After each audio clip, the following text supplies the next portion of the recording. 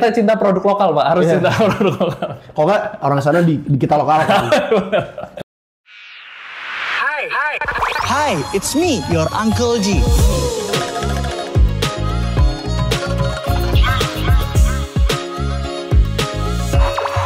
It's me.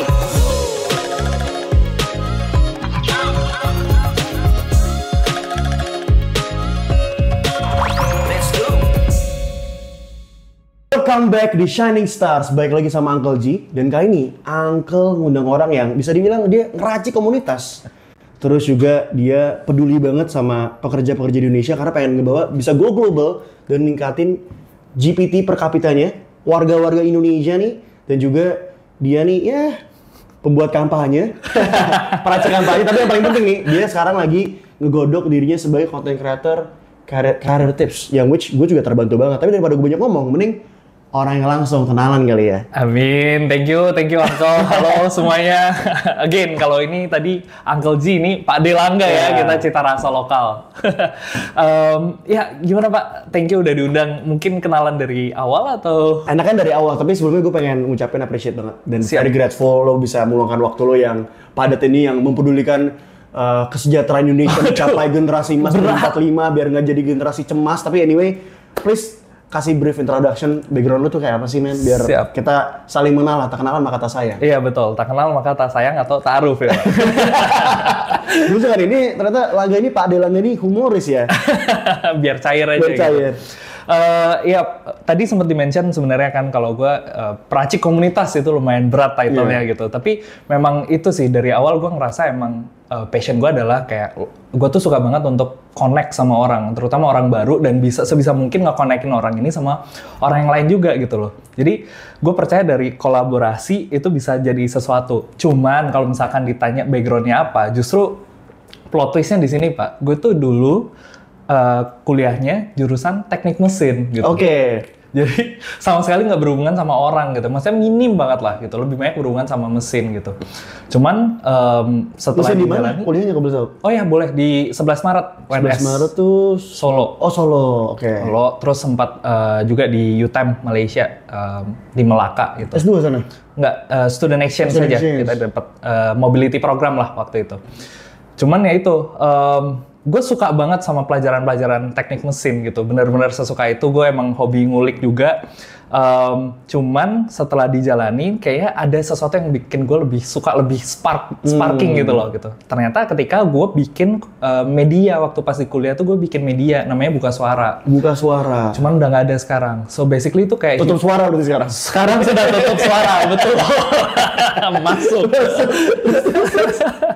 Nah sebelum tutup suara ini, si Buka Suara itu dulu inspirasinya dari Human of New York. Oke, gue look up tuh banget lagi konten itu. Yes, itu menarik banget karena sebenarnya itu jadi kayak vehicle gue buat kenalan sama orang banyak. Jadi gini, bayangin ya teman-teman mungkin yang anak-anak teknik, terutama teknik mesin lebih relate. Kita tuh kan udah satu angkatan isinya cowok semua, batangan semua, gitu. Batangan semua, gitu. Kebanyakan ya. Kebanyakan pada umumnya gitu. Dan kita tuh jadi susah, jadi kikuk gitu loh secara sosial gitu. Buat kita ya ini nggak mengeneralisasi, cuman teman-teman gue waktu itu ya, gue dan teman-teman gue at least seperti itu merasakannya. Terus gue pengen banget nih buat kenalan sama orang-orang dari beda jurusan atau beda kampus even gitu kan. Udah akhirnya yang gue lakukan adalah membuat sebuah media karena semua orang tuh suka diajak ngobrol and then dipublikasikan ceritanya gitu kan. Jadilah media ini Buka Suara and then growing tuh Pak waktu itu. Dari situ kita shift. Kok gue jadi cerita ini nggak apa-apa ya Pak? Panjang banget. It's okay. Gue dengan senang hati banget untuk tahu men. Oke, siap. Terus habis itu kita shift karena medianya udah besar. Kita udah sempat bahkan waktu itu sempat ketemu sama Presiden Singapura juga, Madam Halimah Yaakob. Jadi udah lumayan besar. Cuman pada saat itu kita ngerasa oke, kalau misalkan kita menjadi media, ini tuh jadi one way communication gitu. Gimana caranya kita build bridges jadi two way communication and then kita shift jadi consultation platform. So everyone can consult anything to anyone di dalam platform tersebut. Cuman and then pandemic hit back then, Akhirnya timnya bubar gitu. Dan semangat berkomunitas ini tapi tetap masih ada dalam diri gue gitu, nggak bubar. Dan akhirnya gue join Nutrifood, terus di Zenius juga. Zenius Learning? Yes, education gitu.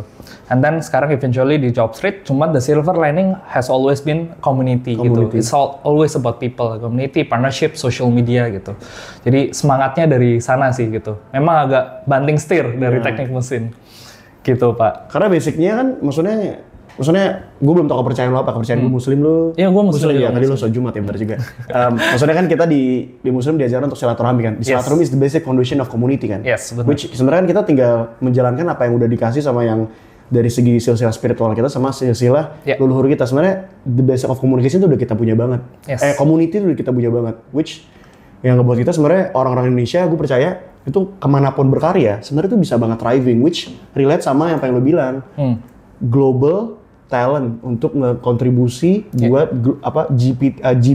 GDP per kapita Indonesia. Sebenarnya kita bisa basic Indonesia, tapi baik lagi grit sama persistence-nya ditaruh di tempat yang tepat, tempat yang tepat dan benar nggak? Ada kemauan nggak? Karena kan kita percaya di Indonesia banyak distraksinya. Benar. Distraksi banyak banget. Tapi gue pengen highlight bahwa gue semenjak 2 tahun yang lalu gue ketemu beberapa teman baik gue, dia background-nya teknik dan juga arsitek. Mereka tuh memberikan insight, kalau misal Kotar sih, Uncle, iya. Uncle, kalau misalnya ada orang-orang backgroundnya teknik dia maupun arsitek, mereka tuh sebenarnya udah punya framework, fondasi cara berpikir itu berbeda sama orang-orang jurusan lainnya. Jadi mau ditempatkan di tempat manapun pasti bisa. Akhirnya ditekankan lagi kan sama kontennya si Rizky-nya Humans. Dia orang teknik dulunya kan, dan anak teknik itu bisa ditempatin di mana-mana. Jadi kayak dari situ kayak, jadi kayak gue sempat ada kali mendekatkan diri sama anak teknik dan bagaimana gue memahami framework mereka, bagaimana berpikir kritis, bagaimana dari ada suatu hal yang dicapai besar dicacah dari hal kecil-kecil. Makanya kayak menurut gue di sepatu teknik mesin dan video komunitas ya tetap ada benang merahnya. Yang penting juga kayak lo ada kemauan dan ada kemauan juga untuk membuka akses baru gitu lah. Betul. Gitu. Nice. Basically background lo itu, lo sempat action di Malaysia juga, berapa lama di Malaysia? 7 bulan. 7 bulan. Sekarang kerja di JobStreet, HQ-nya juga di Malaysia gitu. Gue nggak tahu, mungkin ada hubungan apa gue sama Malaysia. Sampai tahu jodoh di sana kan? Udah. Tapi ini nggak lah, kita cinta produk lokal Pak, harus cinta produk lokal. Kalau nggak orang sana di kita lokal kan? Oke, gue udah dapat brief introduction dari cerita lo tadi, which dari beberapa poin-poin tadi leads to interesting stuff buat kita obrolin, especially juga ngomongin tentang sisik, terus ngomongin tentang si JobStreet ini. Terus juga ngomongin terkait bagaimana kepedulian lo terhadap pekerja-pekerja Indonesia untuk bisa go global. Dan juga bagaimana lo melihat sebuah komunitas. Karena komunitas pun sendiri punya huge impact dampak buat gue. Karena gue gak akan ada di titik gue yang sekarang kalau gue gak ada komunitas. Jadi kita bisa ngobrol lebih lanjut terkait itulah.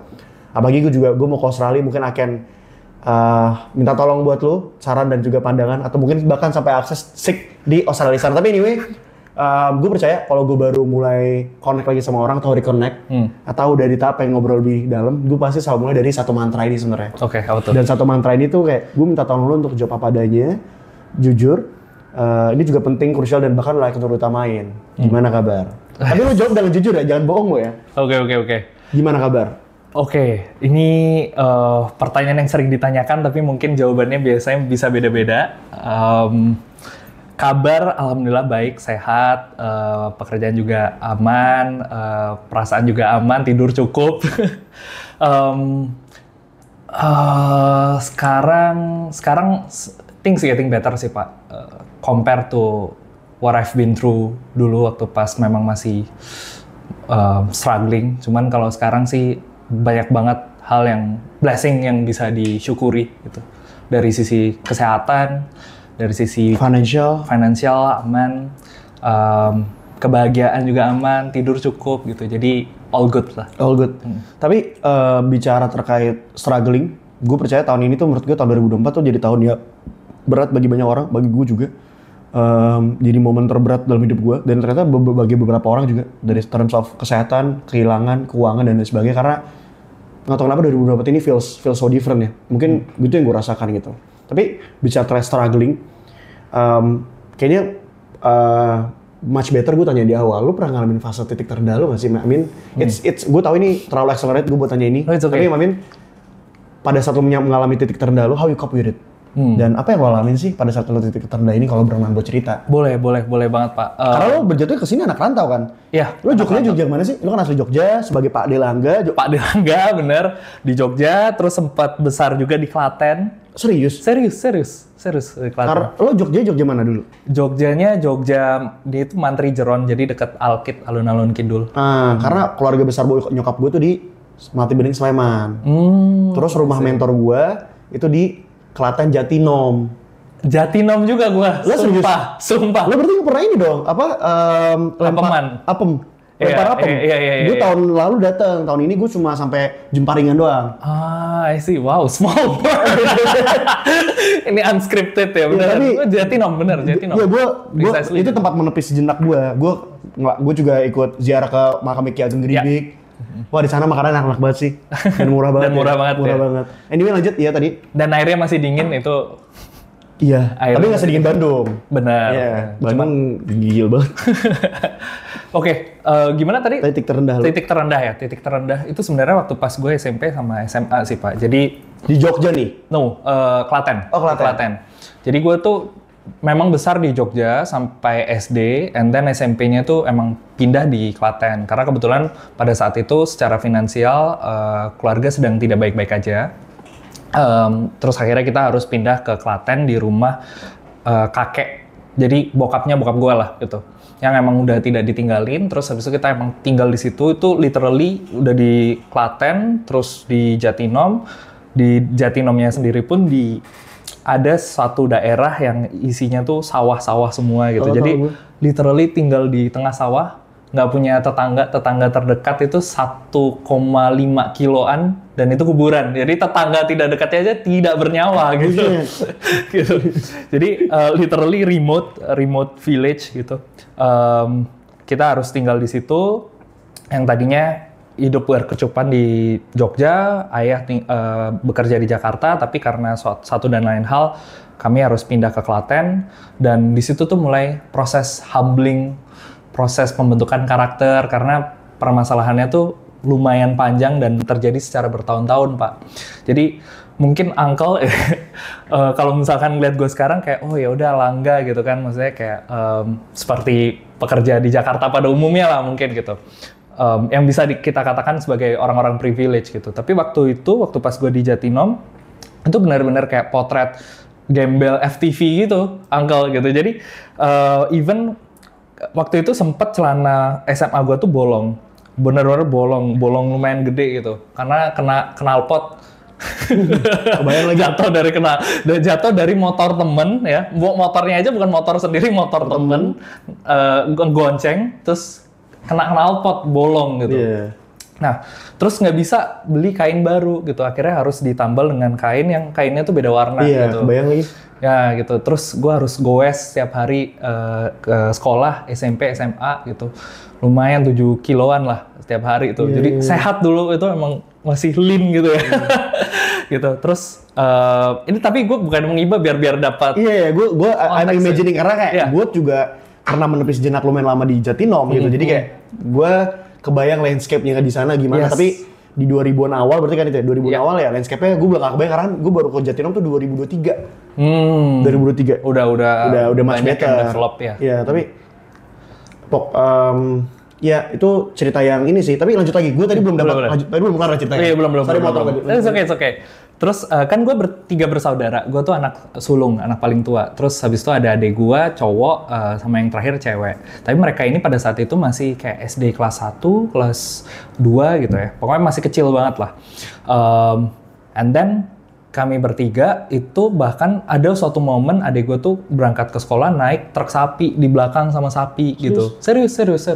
Terus kami sempat juga nggak punya uang buat beli makanan, akhirnya dikasih makanan sama petani depan rumah gitu, yang ngurusin sawah itu.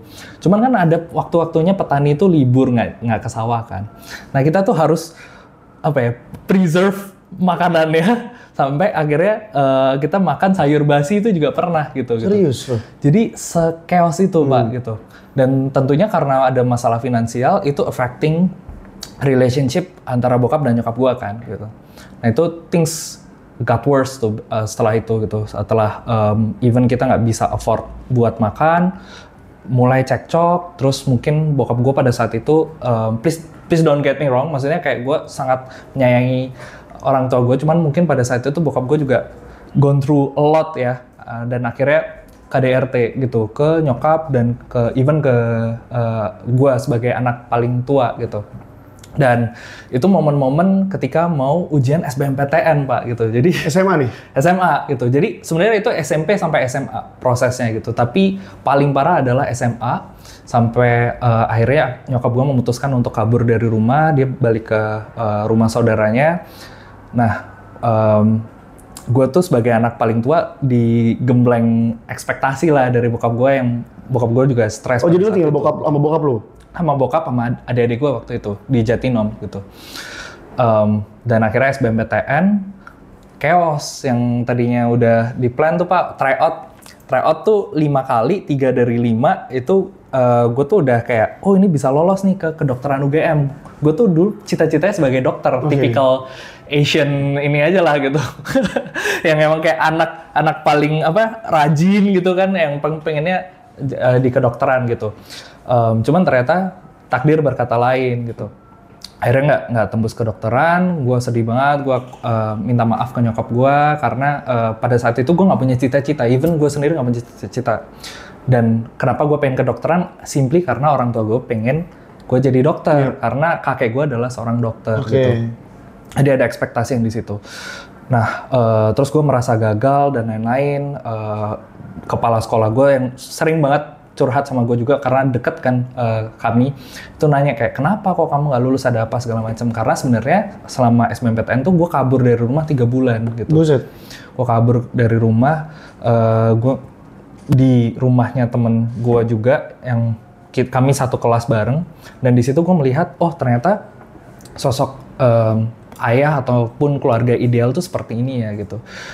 Able to have a dinner together gitu kan. Terus habis itu mahal banget ternyata. Very precious man. Mahal banget Pak. Makanya kalau misalkan ditanya Langga keluarga ideal menurut lo gimana? Menurut gue adalah iklan sirup marjan di bulan Ramadan. Bukan kongguan. Bukan kongguan. Kongguan tuh gue bokapnya nggak ada. Kan yang fotoin. Gitu. Jadi itu mahal banget. Cuman eventually akhirnya, dan itu titik terendah gue karena gue sempat kayak bertanya tentang agama juga. Maksudnya kayak Tuhan kalau misalkan dirimu ada gitu, mana pertolongan dan lain segala macam. Karena emang udah parah sih Pak gitu. Gue juga jadi korban KDRT pada saat itu gitu. Tapi my dad was a loving parent actually gitu. Cuman pada saat itu emang hard love aja. Ya, dan lagi gone through a lot aja sih pada saat itu. Terus akhirnya mereka decide untuk cerai, hak asuh semua ke nyokap, ngikut nyokap di Jogja. 2021 kemarin bokap gue meninggal gitu. Jadi ya sekarang ya thank you Pak. Sekarang beneran jadi keluarga kongguan gitu. Sakit apa kok betul? Kanker ginjal. Dia. Berarti sampai beliau di akhir hayatnya di Jatinom? Nggak, beliau sempat pindah juga ngikut saudaranya di Jogja juga. Gitu. Cuman emang kami pisah rumah dan agak awkward ya hubungannya setelah kejadian itu gitu. Tapi ketika pas sakit dan mau meninggal tuh memang udah, maksudnya ya kami sebagai anak tetap datang lah, maksudnya ada di sisinya ada di sisinya gitu sih. Dan Langga pada saat itu tuh hampir bahkan putus sekolah kan gitu, hampir nggak lanjut ke uni gitu, nggak lanjut ke kampus gitu.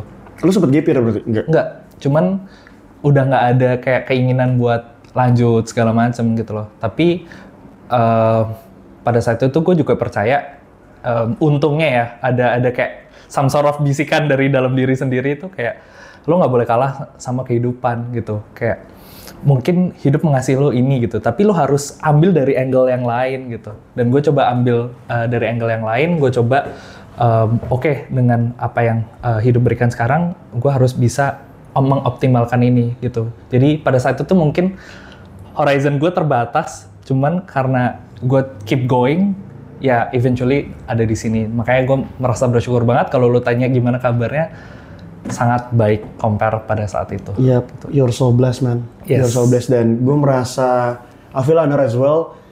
bisa mendapatkan cerita ini hand in hand langsung dari lu, gak dengar dari yang lain, jadi kayak ya lebih personalized lah. Dan ternyata ya gue memahami landscape yang lo alami di Jatinome karena gue pernah ada di sana juga. Dan dia maksudnya hidup kan pilihannya. Dan lo memilih untuk kayak melihat ya udah ambil bright side dan positifnya aja. Karena kalau kita fokusnya positif, dapetnya positif. Amin. Kalau fokusnya ke negatif ya dapetnya negatif. It's all about option. Dan energi dan manifestasi kita kan mengarah ke sana juga kan. Awesome man, awesome. Dan ya maksudnya nggak heran kenapa lo sangat encourage banget untuk becoming peracik komunitas dan juga ngebantu banyak pekerja-pekerja Indonesia untuk go global karena lo sadar ini nggak enak. Gue nggak mau orang lain tuh ngalamin gak enak juga. Itu yang ditangkap dari cerita lo ya, which is great. Dan nggak banyak orang sadar kalau itu nggak enak gitu, karena mereka simply nggak pernah ngerasain. Yang ternyata ini bisa senyaman ini ya gitu. Iya, karena memang nggak enak itu karena ya jadi lo tuh bisa punya POV yang bisa memahami dari dua sisi yang ibaratnya yang gak enak banget maupun sekarang yang udah mulai stabil dan enak. Gitu kan. Oke. Nah, lanjut ke pertanyaan selanjutnya. Apa permasalahan yang lo alamin sekarang dalam hidup lo, maupun juga apa yang permasalahan yang lo lihat sekitar yang buat lo triggering? Ini pertanyaan bagus banget sih, Uncle. udah ditanya beneran bagus banget. Mungkin gue bisa share sedikit tentang perspektif gue ya Pak. Gue ngeliat tuh, mungkin banyak banget kayak terutama setelah pandemi gitu, kita sering compare, sekarang kok permasalahan udah banyak banget, apakah mau kiamat atau gimana segala macam gitu kan. Tapi sebenarnya kalau kita coba mungkin zoom out sedikit dan kita lihat gitu ya, sekarang kan juga dibilang kayak isu mental health nih naik banget gitu, kayak banyak orang yang secara mental terganggu dan lain-lain. Tapi kalau kita zoom out sedikit, mungkin sebenarnya tuh memang dulu jauh lebih banyak, tapi nggak di-expose aja gitu. Nggak ada ruang buat berekspresi. Nggak ada ruang buat berekspresi, or even they are not aware of it gitu loh bahkan gitu. Gue nggak tahu nih. Kayak misalkan sekarang ada yang namanya kayak diseleksia gitu ya. Ini very simple, ini bego-begoannya aja gitu ya. Sekarang orang aware ada yang, ini kalau misalkan baca kebalik-balik diseleksia gitu kan gitu. Baca kebalik-balik maksudnya? Ya kalau misalkan baca ini tapi kadang dia itu nggak kesusahan buat baca secara runtut karena kebalik-balik. Itu kan sekarang ada termnya diseleksia gitu kan. Zaman dulu orang nggak aware ada diseleksi ya, simply ngomong ini anak bego gitu. Capek sih bang, bego.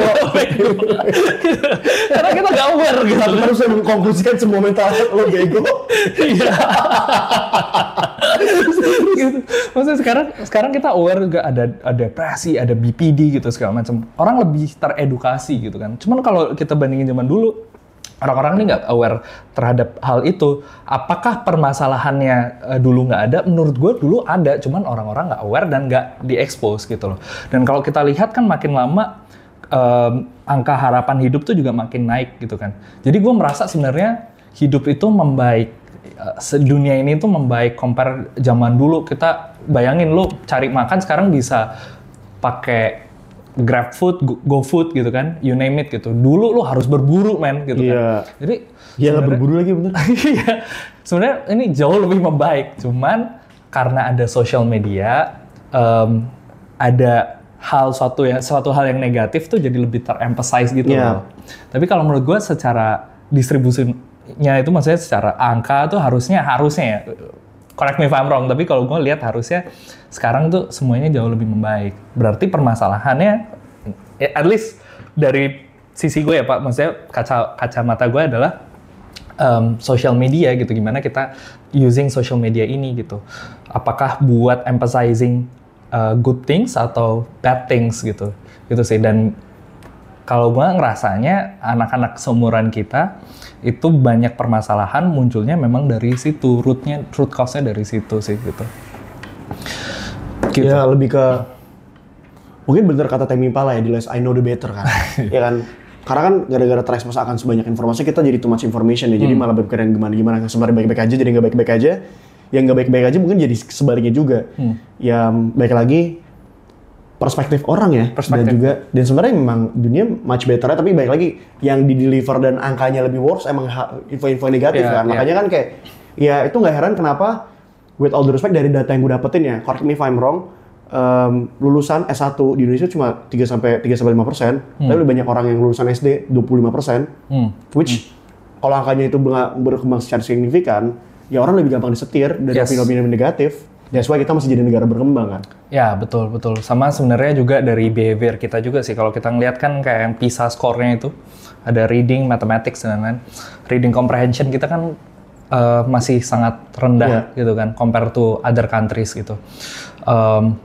Tapi sebenarnya ini juga bisa kita treat as a I wouldn't say blessing sih, cuman maksudnya kayak mungkin alternatif lain lah gitu. Kalau misalkan orang-orang bacanya rendah, berarti apa nih yang karena orang kan pasti harus mengkonsumsi informasi kan gitu. Kalau misalkan dia nggak baca, apa yang source of information yang works gitu kan? Storytelling, ngobrol. Short form videos gitu kan gitu.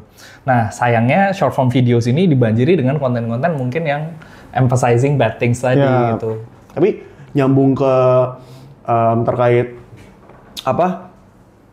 how to communicate, terus juga how to tell storytelling. Dari segi banyak orang-orang terjebak di lingkungan yang laid back, malah ngajak malas-malesan. Makanya ngaruh banget nih peran komunitas yang same level, same tujuan, visi misi dan ambisi sama. Ya. Nah, ini nyambung ke pertanyaan selanjutnya. Kenapa sih lu tuh suka banget ngeracik komunitas dan sampai di tahap di karir-karir lu selalu ngutamain untuk di posisi yang komunitas. Bahkan lu jadi peracik komunitas di Job Street Sick, lu jadi peracik komunitas di Ministry of Manager. By the way, gue ketemu Pak Ade Langga nih di Ministry of Manager, so shout out buat Ministry of Manager, thank you banget. Yeah. Tapi maksudnya kayak semua itu bisa di-solve dengan kemauan mereka untuk secara entry barrier mudah untuk masuk komunitas yang benar, baik, dan pantas gitu loh. Tapi bagaimana sih kayak lu ngeracik sebuah komunitas ini untuk ngebantu permasalahan dan juga challenge yang tadi gue sempat pertanyain, dan juga sekatalis apa komunitas ini berperan untuk menuju pekerja-pekerja Indonesia yang go global, karena relate nih Pak, komunitas. Yes. Oke. Keren banget ya, Uncle ini cara nyambung-nyambunginnya, topiknya bagus banget ini, saya perlu belajar. Oke, tapi that's a very good question and good point as well. Mungkin gue akan point out beberapa yang tadi. Karena ekosistemnya harus dibentuk dong. Yes. Gue akan point out dulu beberapa poin tadi yang sempat di-mention juga terkait mungkin orang-orang tidak ada kemauan, maksudnya terbiasa dengan laid back situation ini, dan kalau misalkan kita again pretty much obvious kalau kita lihat juga working environment Jakarta compare to other cities itu kan juga agak berbeda ya secara pace gitu. Ini tuh sebenarnya kalau gue lihat juga dari narasi kita sih Pak, sebagai negara kita tuh kan dari kecil selalu dibilang Indonesia negara hebat, kita negara hebat dan lain-lain segala macam. Memang Indonesia negara hebat, tapi ada PR-PR yang harus kita lakukan juga gitu kan. Nah ini tuh tidak disampaikan gitu, sehingga kita ngerasa kita negara besar gitu. Orang-orang mungkin nggak aware. Again tadi sempat di-mention juga GDP per kapita. GDP per kapita kita per 2023 kalau nggak salah itu sekitar 4.900 US dollar per tahun. Satu orangnya kira-kira menghasilkan segitu. Nah Singapura itu 10 kali lipat dari kita gitu, 40.000. Malaysia even ya, yang negara yang sering kita banding-bandingkan negara sebelah, terus secara populasi juga jauh lebih sedikit, itu di angka 11.600, jadi hampir 12.000 kalau nggak salah GDP per kapitanya. Nggak banyak orang aware akan hal ini, karena narasi yang dibangun tuh masih Indonesia negara hebat, betul Indonesia negara hebat, tapi juga ada homework yang kita harus lakukan dan improve dari diri kita gitu. Nah, ditambah lagi dengan kemauan kita atau reading comprehension kita juga masih rendah gitu. Makanya menurut gue komunitas itu jadi salah satu cara yang lumayan efektif untuk solving ini. Kenapa? Karena dari komunitas itu kita kumpul banyak kepala di situ, banyak expertise, banyak hal yang bisa ditukar gitu ya. Dan mungkin informasi-informasi yang tadinya misal gue nggak tahu nih tentang GDP per kapita, gue kira Indonesia negara besar gitu, GDP kita besar gitu, tapi kalau misalkan kita lihat GDP per kapita, Gini rasionya juga masih kurang gitu ya, masih tinggi banget gitu, dan itu disampaikan oleh orang yang tahu di dalam komunitas tersebut, cakrawala gue kan akan makin besar kan, horizon of knowledge gue akan makin besar gitu, dan dari situ kita bisa discuss buat gimana nih caranya kita bisa tumbuh bareng-bareng gitu. Jadi kalau gue lihat orang Indonesia itu budayanya dari dulu itu adalah budaya serawung, budaya ngumpul, budaya nongkrong gitu kan gitu. Memang mungkin budaya membacanya masih rendah, tapi budaya ngumpulnya ini dari dulu udah ada. Makanya ada gotong royong, ada kerja bakti, ada ronda bareng di gubuk gitu kan. bapak-bapak nyebat gitu segala macam ngopi gitu, ngomongin istrinya kali atau apa gitu. Tapi budayanya itu udah ada gitu. Nah ya udah kita emphasize aja budaya itu dan kita improve hal-hal yang perlu kita improve tadi melalui budaya tersebut. Jadi contohnya yang tadi, misal orang yang udah tahu hal ini important, dia sampaikan di komunitasnya, and then bisa bertukar pikiran, solusinya apa setelah itu gitu. That's why gue ngerasa di Indonesia itu community itu se-powerful itu gitu.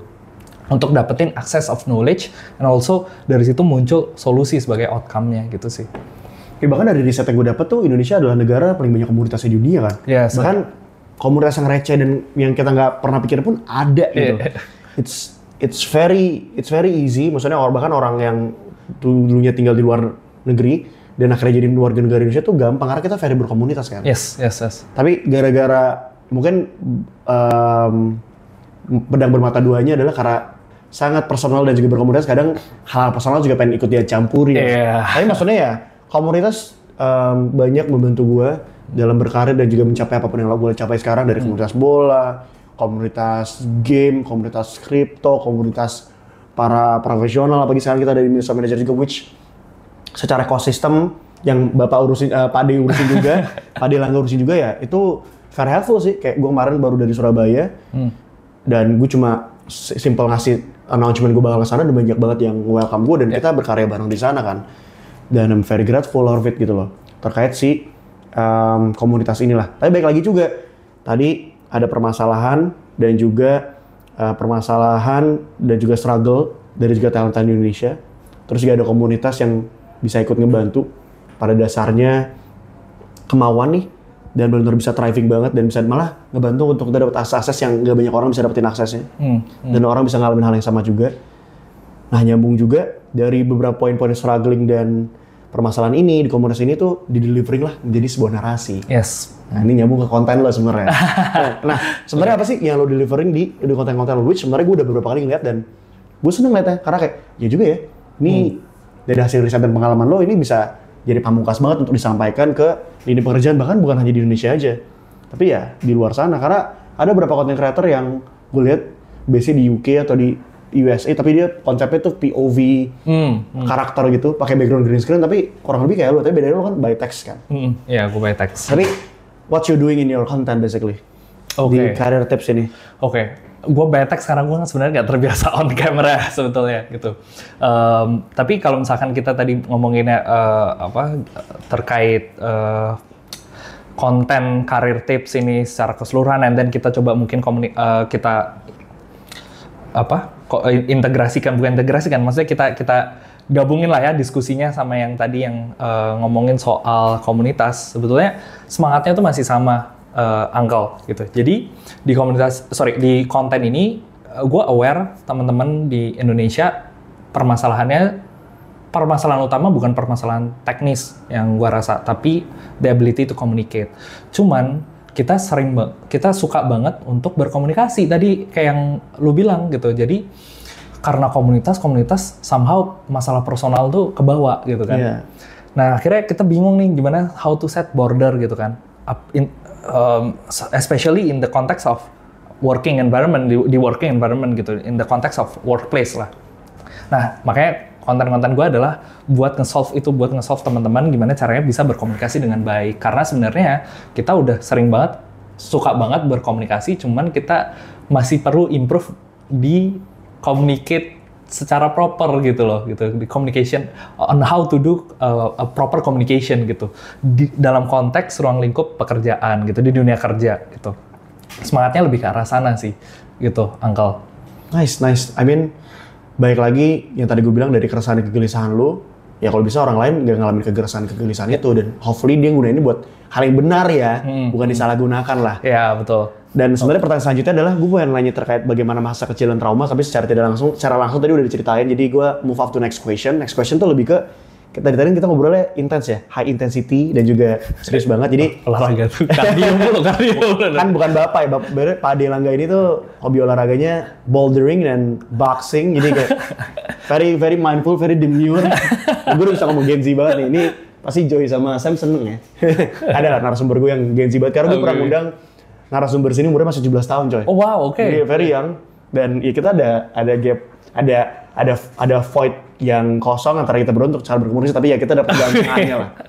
Oke. Tapi dia masih Gen Z ya, belum lagi gue ngobrol sama Gen Alpha. Gen Alpha, iya. Itu kayak beyond lah. Tapi anyway, pada selanjutnya tuh lebih ke yang gue pengen coba kind of ice breaking. Ice breaking itu lebih ke hal seru lah. Lu tuh main game gak sih? Kalau emang lo main game, lu main game apa? Oke. Gua main game casually doang gitu. Jadi It's okay. jarang, maksudnya kayak nggak intens gitu, kayak casually. Kadang kalau misalkan lagi boring, mungkin bisa kayak seminggu sekali atau 2 minggu sekali main Switch sih. Switch, oh lu di kosan lo? Iya, Main di Switch. kosan. Yang lo jarang mainin itu kan? Yang gue jarang mainin. Apa, lo main game apa di Switch ini? Zelda. Zelda, itu seru sih. Iya. Despite gue belum main, tapi gue liat di YouTube kayak seru banget. Iya. Tapi sebenarnya gue lebih suka permainan anak-anak di 90-an nih, Uncle. Apa nih? Kayak kita dulu tuh kan banyak banget permainan yang involving fisik kan. Gitu. Petak umpet. Terus habis itu yang dilempar-lempar kita lompat gitu kan. Iya. Terus many things lah gitu. Gue lebih suka ke arah sana, makanya kayak ya udah gue arahin ke sport, ke bouldering dan juga boxing gitu. Cuman gue juga suka ngobrol sama orang. Gue ngeliat ngobrol tuh juga kayak bukan game sih, tapi ketika kita ngobrol terus somehow nih orang cara berpikirnya gini ya gitu. Kita kayak menebak-nebak gitu loh gitu. Kayak puzzle game, mystery game. Iya. Itu amusing sih menurut gue gitu. Gue bukan maksudnya psikopat atau gimana. Tapi maksudnya menurut gue amusing. Gimana cara ada yang orang mikirnya gini gitu ya, ada orang mikirnya gitu. Nah, berhubung lo main game, ada berapa hal game yang lo mainin lah. Dan gak dipungkiri juga pada saat kita bermain game ini tuh mempengaruhi kita cara kita berpikir dari kecil. Karena ada orang dari kecil benar-benar kayak ada permainan-permainan yang dimainin dengan segala permainan apapun yang dia dipilih gitu. Jadi pertanyaan adalah berhubung tadi dulu jawab itu, bagaimana bermain game ini tuh bisa ikut menyelesaikan masalah-masalah lo gara-gara lo main game lo jadi dapat solusi. Dan juga bagaimana bermain game ini punya peran pas lo kecil. Oke. Ini perspektif yang menarik banget sih. Tapi kayaknya kalau misalkan main game yang handheld gitu, yang emang solo player, kayak gue nggak capable buat ngomong itu gitu. Jadi mungkin gue akan ngomong atau discuss game yang emang spesifik lebih ke banyak orang gitu ya, atau in real life lah ya gitu.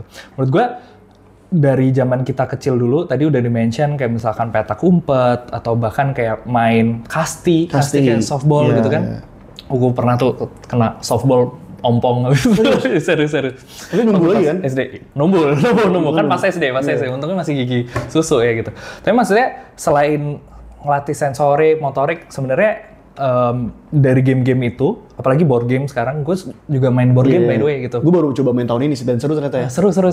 Itu build connection, relationship gitu. Temen gue ada yang punya di Kelapa Gading, namanya Dice Board Game gitu. I see. Dan banyak banget. I see. Kesana gitu. Kapan-kapan kali. Ya boleh. Yang mungkin yang gue emphasize adalah ke sana gitu. Jadi salah satu benefit kita main game, apalagi game yang in real life gitu, maksudnya in person, habis itu kita dengan orang banyak itu ningkatin interpersonal skill kita sih gitu. Dan itu yang gue rasain banget gitu dari zaman SD sampai sekarang gitu. Mungkin sekarang di board game, gue lebih engage dengan game-game yang melibatkan banyak orang dibanding game-game handheld yang gue sendiri main sama komputer. Kalau misalnya sama orang ada interaksi yang genuine di sana. Ada interaksi, betul. Tapi mungkin bagi sebagian orang ada yang lebih suka handheld, ya nggak masalah juga gitu kan. Itu preferensi lah. Kalau gue karena mungkin, again, anaknya komunitas banget gitu, jadi lebih suka game yang guyup gitu loh gitu. Dan arahnya pasti ke interpersonal skills. Oke. Gitu. Jadi bagaimana ikut menyelesaikan masalah lo dan dapat solusi maupun juga peran pas kecil adalah ada interaksi genuine di sana karena lo membutuhkan itu, karena lo jiwa komunitas banget. Dan juga ini ikut mengupgrade interpersonal skill lo lah. Ya, basic foundation, tapi ya every people need that kind of thing. Karena gue percaya ada satu penyakit dan endemi yang gue yakin semua orang di dunia tuh alamin, namanya loneliness. Yes, ya kan? Dan dengan lo melakukan permainan ini yang bareng-bareng, lo bener-bener nge-sampingin si loneliness ini, which is great gitu. Karena sendiri tuh, maksudnya bukan milih sendiri ya. Kalau sendiri ngelakuin something tuh it's okay, tapi the feeling of loneliness itu yang kayak it's kinda challenging dan ironi karena banyak orang yang gue temuin dia ada di sekitar orang banyak hidupnya. Betul. Punya beberapa kenalan banyak, mungkin di sekeliling keluarga, tapi kayak dia feel loneliness gitu kan. Itu yang Betul. Itu yang sedih juga tuh berita dulu tuh yang artis Hollywood, Pak. Yang jadi Genie, pengisi suaranya Genie. Yang jadi Mrs. Doubtfire. Ya. Itu kan dia juga maksudnya kayak orang kenal dia sebagai funny guy and then very extrovert. Tapi kan eventually ternyata beliau meninggal bunuh diri sendiri karena ngerasa lonely dan depresi gitu kan. Itu sedih sih gitu. Dan nggak sedikit juga orang yang merasa seperti itu gitu kan. Ini pertanyaan yang selanjutnya adalah pertanyaan pamungkas nih, Pak Delangga. Ya dimana pertanyaan pamungkas ini setiap orang tuh punya reaksinya masing-masing dalam menjawabnya. Kapan lu menyadari lu tuh bukan anak kecil lagi dan sudah dewasa? Wah, oke. If you still remember. Oke, pertanyaan bagus banget.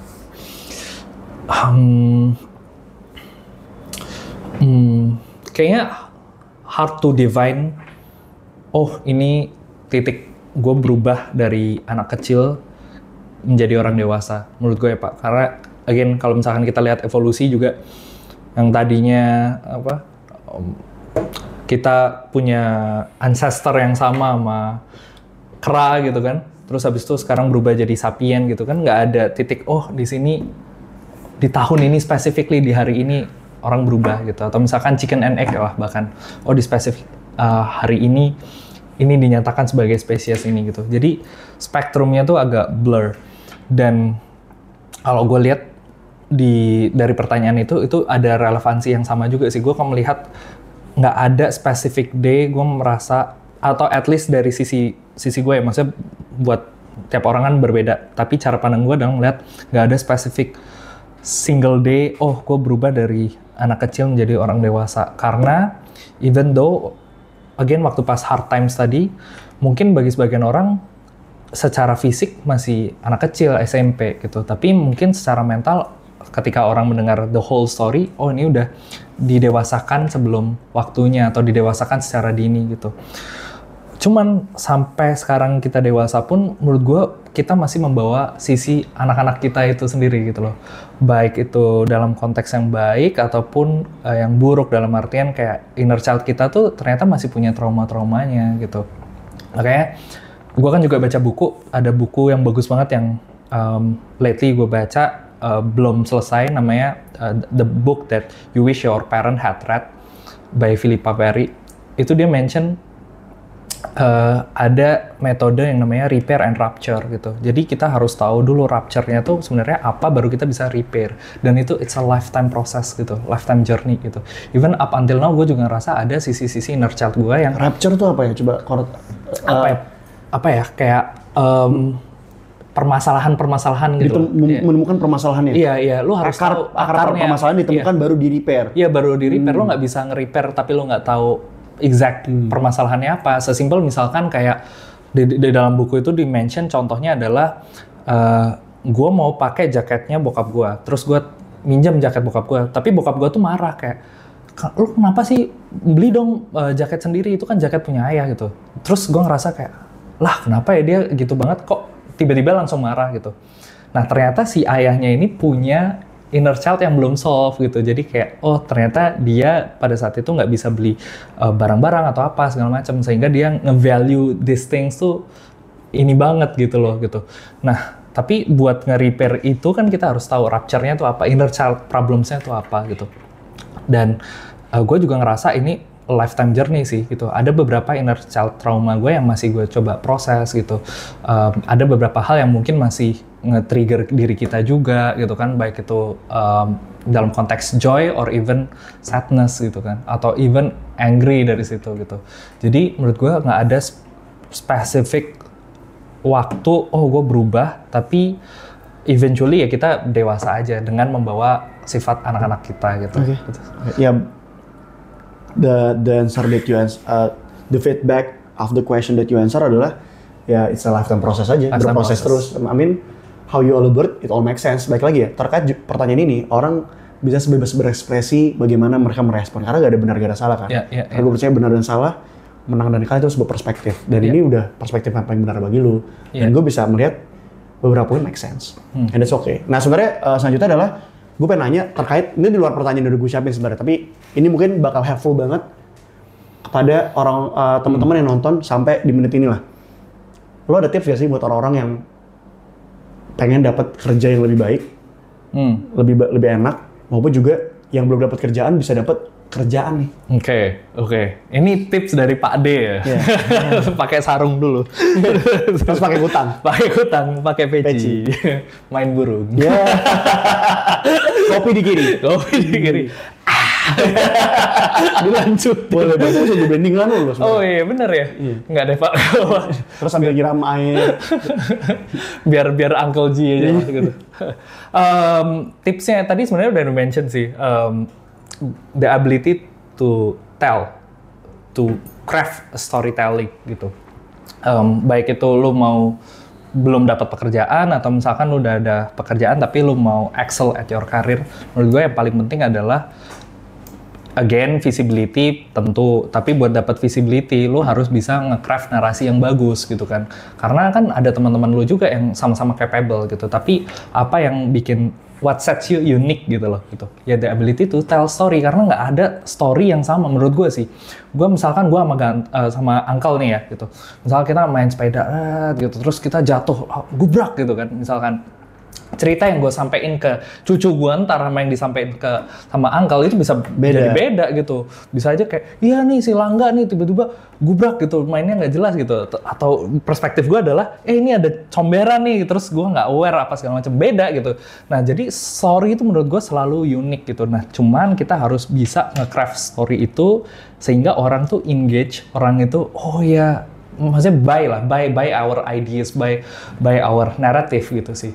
Jadi mau lu lagi nyari kerjaan atau lu udah dapat kerjaan and then mau dapat promosi, adalah gimana caranya lu bisa nge-craft story yang itu bisa nunjulin diri lu gitu. Gitu sih. Gitu. Oke, itu kan buat pekerja-pekerja Indonesia. Tapi kalau buat karena lo di Jobstreet dan juga second ada cabang di Australia, headquarter, dan gue mau ke Australia, dan mungkin buat teman-teman yang lagi berjuang di Australia, working holiday visa, pelajar, visa untuk dapetin kerja, gimana nih untuk utilize apps-nya si Seek maupun juga utilize aplikasi Jobstreet. Ini gue nge-promote lo banget nih. Oke, thank you. Ya, jadi teman-teman mau lagi ada di Indonesia atau misalnya di Australia bisa download aplikasi Jobstreet. Terus di situ bisa explore karir dan juga bisa explore kalau misalkan teman-teman mau filter dari salary or roles atau misalkan company itu juga bisa. And then sebenarnya kita juga punya community-nya di dalam aplikasi itu. Yes gitu. Jadi kalau specifically di Indonesia kita ada sekitar 1 juta job seeker yang udah actively engage di dalam aplikasi Jobstreet, di komunitas Jobstreet. Dan itu teman-teman banyak Pak, gue ngelihat keluhan teman-teman gitu ya. Jadi memperkaya khasanah saya gitu ya dalam teman-teman gimana struggling mencari pekerjaan, dan juga sebenarnya yang kita lupa adalah struggling teman-teman HR buat dapetin kandidat yang cocok. Ya, gitu. Berkualitas juga. Berkualitas, karena funny thing adalah kita tuh bukan kekurangan job demand di Indonesia. Jadi job offer itu banyak, plenty. Resource-nya juga banyak, talent-nya banyak, tapi unmatched gitu. Simply karena yang teman-teman yang job seeker ini mungkin belum punya skill-nya, atau sebenarnya udah punya skill tapi nggak bisa cerita gitu. Itu yang setting sih, dan biasanya teman-teman tuh nge-share di komunitas tuh kayak gitu problemnya kurang lebih. Nah makanya middle ground-nya, toleransinya tuh ada di komunitas, maka harus masuk komunitas. Iya benar. Iya, apapun komunitas yang bisa dimasukin sekarang. Kalau komunitas yang kita masukin, it's very ideal for us. The melting of pot of emerging professional, which is minutes of manager, but we very curating the people. But ya, tapi I mean banyak komunitas lain yang bisa ikut ngebantu juga kok. Yeah. Dan gue udah masuk puluhan ratusan komunitas sebelum gue ada titik bisa bareng di minutes of manager. Ya, by the way ini tinggal beberapa pertanyaan lagi juga. A few question. Pertanyaan selanjutnya adalah, it's kind of cliche dan cringe bagi beberapa orang, tapi kalau lo nggak mau jawab nggak apa-apa. Apa dampak yang udah lo berikan ke sosial? Waduh. Wah, agak sulit buat ini ya, melihat diri sendiri ya kalau kayak gini. Dampak ke sosial ya. It could be anything, man. Kalau mungkin yang bisa gue share, yang paling impactful adalah at least ke keluarga gue dulu sih. Ke keluarga gue berusaha dan masih berusaha sebenarnya untuk jadi kakak yang baik. Kakak yang benar juga? Kakak yang benar. Benar itu standarnya beda-beda tapi ya. gitu. Kakak yang baik yang bisa bantu mereka provide dan bisa bantu mereka thrive. Karena gue suka banget buat, jadi gini, selama gue di kampus gue tuh trying to be a high achiever student, lomba ini ikut apa segala macam, dan ada dopamine rush yang langsung bus gitu ketika kita menang lomba atau misalkan kita dapat sesuatu gitu. Cuman ketika gue waktu itu di Zenius jadi community lead, gue nurturing teman-teman atau adik-adik gue waktu itu di Zenius buat mereka bisa dapat kampus, and then mereka setelah SBMPTN atau setelah tes tuh mereka ngabarin, kalau enggak aku keterima di sini, aku dapat beasiswa ke luar negeri. Dopamine rush-nya tuh jauh lebih besar gitu. Jadi hal itu yang gue rasain ketika orang yang gue bantu, gue nurture bisa mencapai impiannya. Apalagi ketika gue bisa membantu at least keluarga atau orang-orang di sekitar gue sih gitu. Jadi kalau misalkan ditanya hal impactful apa yang gue udah berikan ke society, hopefully bisa memberikan mereka akses menjadi diri mereka yang jauh lebih baik gitu. Baik itu ke keluarga gue, baik itu ke teman-teman yang gue handle di community, ataupun di tim gue di pekerjaan sih, dan orang kebanyakan. Hopefully itu bisa memberikan akses. Oke. Terus nyambung juga ke tadi jawaban lo tadi dan beberapa poin-poin jawaban yang sangat-sangat bagus dari lo. Kenapa sih men lo ngelakuin apapun yang lo lakuin sekarang, dan ini maupun itu inisiatif dan program, kenapa gitu? Karena gue menyadari itu butuh banyak effort dan energi, walaupun tadi secara tidak langsung banyak yang lo udah ngasih alasan kenapa lo ngelakuin itu, tapi to conclude everything that you say, kenapa sih lo ngelakuin apapun yang lo lakuin sekarang, inisiatif maupun program-program yang lo jalanin? Oke. Gue sebenarnya looking back ke gimana gue struggle dulu sih sebenarnya, Uncle. Dan kalau misal ditanya nih kayak sukses menurut Langga tuh gimana sih gitu. Success could be anything kan. Tiap dari kita punya perspektif terhadap sukses yang berbeda. Ada yang sukses punya keluarga yang ideal, ada yang sukses merasa punya Andrew Tate. Not Lambo, Ferrari? No, forgot man. Ya bukan Andrew Tate lah. Ya pokoknya sport car lah ya gitu. Sport car lu warna apa gitu. Timothy kali. Dia Timothy juga gitu kan, Andrew Tate juga. Lamborghini gitu. Lo warna apa emang? Yeah, something like that lah gitu. Itu kan definition of success menurut dia. That's okay gitu kan, hidup dia juga. Ada yang definition of success-nya punya keluarga yang bisa ngumpul bareng, ada yang definition of success-nya jadi perempuan yang berkarir, single parent atau apa. Tiap orang punya definition of success-nya sendiri-sendiri. Cuman setiap sukses itu pasti rooting ke akses gitu. Gue selalu ngomong success is all about akses gitu. Lo mau sukses ya lo harus punya akses. Either itu akses ke pendidikan, akses ke kesehatan, akses ke kesempatan. Semuanya tergantung akses gitu. Jadi gue pengen gue itu memberikan akses terhadap, kalau selfishnya terhadap diri gue, selflessnya ya terhadap society gitu. Dan gue melihat gimana gue struggle dulu waktu pas tadi zaman SMP, zaman SMA.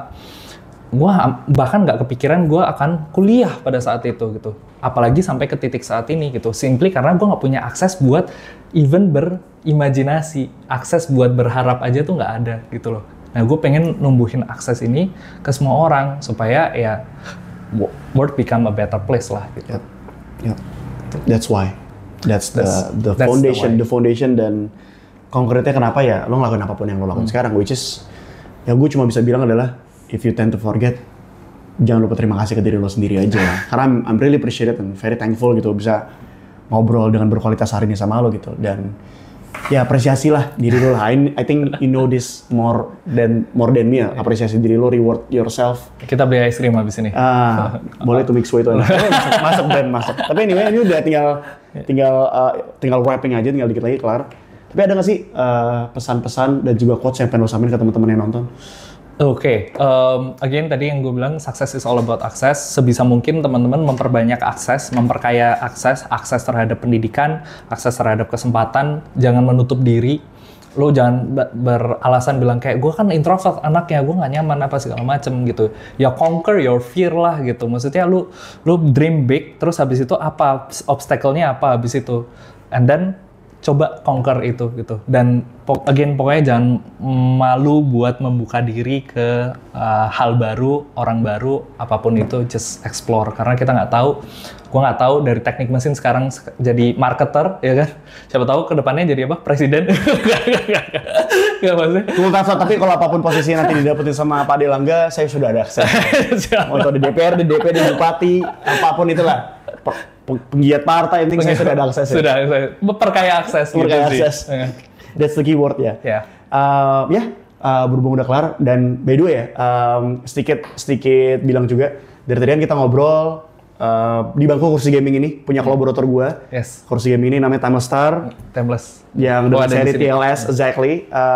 Kolaborator gue ini juga yang memfasilitasi tempat, ruangan yang nyaman, dan juga studio yang bertempatan di Fatmawati, dekat ITC Fatmawati, Starship Studio. Ya dimana gue sekarang minta tolong lu untuk jujur lagi. Please jujur, Hanas review. Selama lu duduk di bangku Timeless Star ini, gimana review lo, please? Nyaman banget, sesuai namanya Timeless. Gue nggak tahu ini udah jam segini ternyata gitu. Tapi jujur nyaman banget karena kan again kita kan pekerja di corporate ya Pak, sering banget maksudnya kayak 9 to 5 diduduk segala macam gitu. Nah, dan juga di umur segini kita back ya. Nah, ini ada lubar support jadi nyaman sih. Nyaman.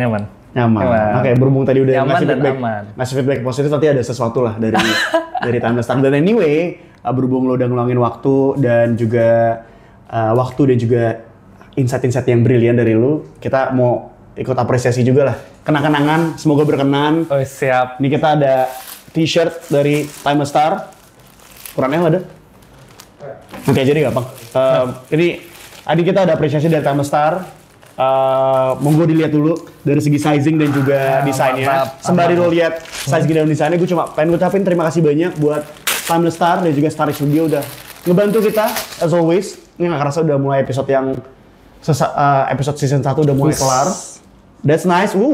Kucing. Inner peace found. Gue suka banget kucing. Nah, banyak yang ternyata suka kucing ya. Dan ya, lu tadi udah denger juga review jujurnya Pak Delangga terhadap kursinya. Kalau buat lo yang mau nyoba, lo bisa datang ke Starship Studio, Riviera Palazzo, di dekat ITC Fatmawati. Tapi kalau misalnya mau langsung punya, keburu FOMO, bisa langsung ke link in bio aja dan lo bisa klik untuk punya langsung dengan kode voucher khusus yang udah Uncle G siapin. Dan by the way nanti buat Pak Delangga, sehabis ini paling kita bakal ngobrol lagi di WhatsApp buat kirim nomor ada GoPay, mungkin ada sesuatu hal yang bisa kita kirim lagi juga. Mantap. Thank you, Uncle. Basically it's a wrap. Thank you so much. Gue Uncle G. Gue Pak Delangga. See you. Bye. Thank you.